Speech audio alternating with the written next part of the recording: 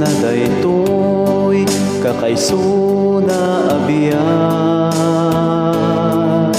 Ikamang ko nga rod apoy di amin ko, ket dawatek ti panarabay mo. Haan laeng para kaniya, no di ket para iti pamilya. Ket inak ipeksa iti panagyaman, kadagiti naganak ko.